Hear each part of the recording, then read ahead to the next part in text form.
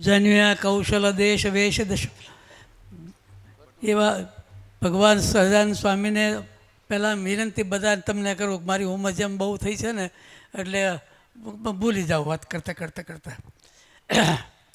હું પણ સ્વામી એમ બિરાજમાન છે ને એમ કથા વાંચતો હતો, પણ બધા વર્ષ 50-40 વર્ષ પહેલાં. હવે ટૂંકમાં મારે શું કહેવાનું છે કે આજની આ કથા પીપળ ગામમાં અંદર મેં મંદિરમાં સ્વામી દર્શન કર્યા.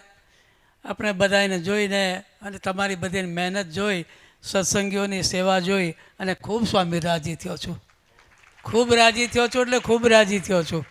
ભગવાનના એ સિંહાસન, એ ભગવાનનું મંદિર, એની જે સ્વામી કોતરણી કામ, એ બધું જ્યારે જોયું એટલે ગદગદિત થઈ ગયો છું. તમે બહુ સેવાઓ કરાવી છે અને આવી સેવા કરનાર એવા હરિભક્તો હોય એમને પણ મારો ખૂબ ખૂબ રાજીપો વ્યક્ત કરું છું. બીજું કે આપણે વક્તાશ્રીને સાંભળવાની જ્યાં તો ઈચ્છા ખૂબ જ હોય, મને પણ પોતાને સાંભળવાની ઈચ્છા હતી જ, પણ હું 1 વાગ્યાનો અહીંયા આવી ગયો છું, ગામડામાંથી આવી ગયો હતો અને હવે ઉંમરને કારણે થોડું ઘણું થાય. હવે જ્યારે ભાગવતની વાત ચાલે છે ને ત્યારે તો આપણે બધાને ખબર છે સ્વામિનારાયણ ભગવાને પણ 10મા સ્કંદ અને 5મા સ્કંદ નિરંતર સાંભળવો, દર વર્ષે સાંભળવો એવી શિક્ષાપત્રીમાં આજ્ઞા કરી છે. અને મહારાજ પોતે પણ ત્યાં એ વખતના નિત્યાનંદ સ્વામી જેવા મોટા મોટા વિદ્વાન સંતો પાસે ભાગવતની કથા કરાવતા અને પોતે પણ પાછા એનું એ ભાગવત વાંચેલું હોય એનું પોતે જ્ઞાન આપતા હતા. આવા ભાગવતના મહાત્મ્યની અંદર તમે બધા વક્તાઓએ પણ તમને ખૂબ ખૂબ સમજાવ્યું હોય એટલે એની એ વાત પારાવાર પૂર નથી કરવી, પણ એનો સાર માત્ર એટલો છે. હું તમને કહું, સ્વામિનારાયણ ભગવાન કહે છે, સંતો કહે છે અને બધું ભાગવત જેવા શાસ્ત્રો કહે છે કે મનુષ્ય દેહ છે એ એનાથી જ જ્યારે થાય છે ત્યારે બીજા કોઈ પણ દેહથી થતું નથી. કોઈ હાથી જેવો માણસ હોય, હાથી પોતે હોય તો એ કંઈ માળા લઈને પહેરવાનો છે? સિંહ છે ગમે એટલું બળ છે તો કંઈ માળા કરવાનો છે?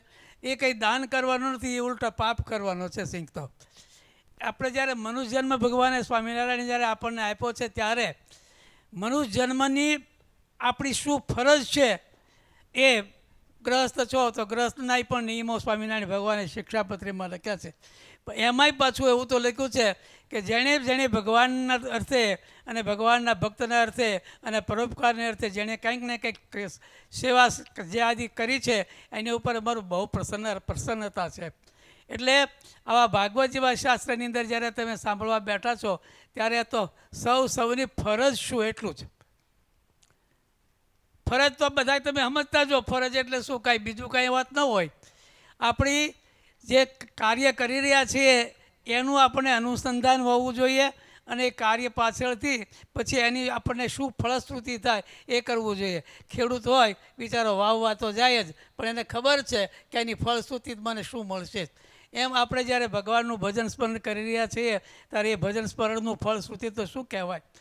મારા તો એક નામ લે છે ને તો એનો પણ ઉદ્ધાર કરી દે. લેશે સ્વામિનારાયણ નામ રે તેના થશે ઉદ્ધાર. એવા કેટલું કામ થાય છે ત્યારે તમે આજે બેઠા છો ને ત્યારે તમારે બીજો પોતાના ઘરનો કોઈ વિચાર કરવો જ નહીં. બધાએ ઘરમાં તો જે થવાનું છે થવાનું છે, તમને મળવાનું છે મળવાનું છે, તમારા પ્રારબ્ધમાં છે એ છે તો છે જ, પણ જે પ્રારબ્ધ આપણે ઊભું કરવું ને એ પણ આપણી પોતાની જ ફરજ થાય છે. એટલે એ પ્રારબ્ધ જેણે હું તો ત્યાં સુધી કહું સ્વામી કે આપણે રસ્તામાં જતા હોય ને ત્યારે ઉનાળો તપી રહ્યો હોય અને નાના એવા લુગડાની હેઠે બિચારા જે ગરીબડા હોય પડ્યા હોય, નાના છોકરા રબડતા હોય ત્યારે આપણને બહુ દયા આવે. પણ પછી એ વખતે મને એમ પણ થાય કે પૂર્વાશ્રમમાં સારું નથી કર્યું એટલે આ તો ઉગે છે.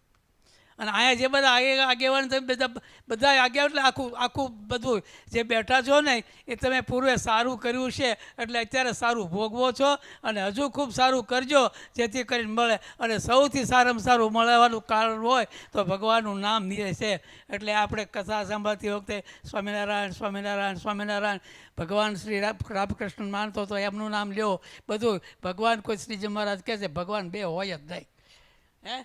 ગમે એટલા અવતારો થયા આ પૃથ્વી પર અને હજુ પણ થશે, પણ એમાં ભગવાન હોય તો એ ભગવાન તો એક જ હોય. એટલે સ્વામિનારાયણ ભગવાનનો આપણે બધાને જે આગળ ઉપસે ઉપદેશની જે શ્રુતિ છે એ વક્તાશ્રી આપણે સંભળાવી રહ્યા છે.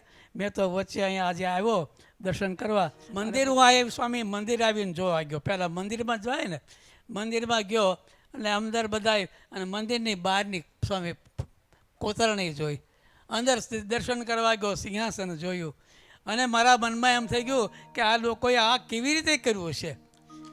એટલે પહેલાં તો આપણને તમને મને હોતે મને સાંભળશે વર્ષો સુધી. આવું રીતે જે સાંભળનારું જે કાર્ય કર્યું છે પ્રભુ સ્વામીએ ને, એ પ્રભુ સ્વામીને મારા કરોડો ધન્યવાદ આપું છું.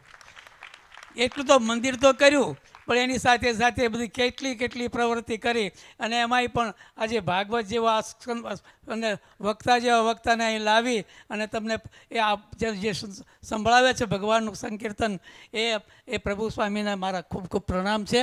અને હું બધાને ખૂબ મારા હેતથી જય સ્વામિનારાયણ કહું છું. અને પ્રભુ સ્વામી, તમે આવું મંદિર કર્યું છે એવું તો જેવું છે ને, અમે જૂના ગામડામાં ફર્યા છીએ ને તો ક્યાંય કરતાં ક્યાંય છે નહીં. આવું મંદિર જોઈને તમને ધન્યવાદ.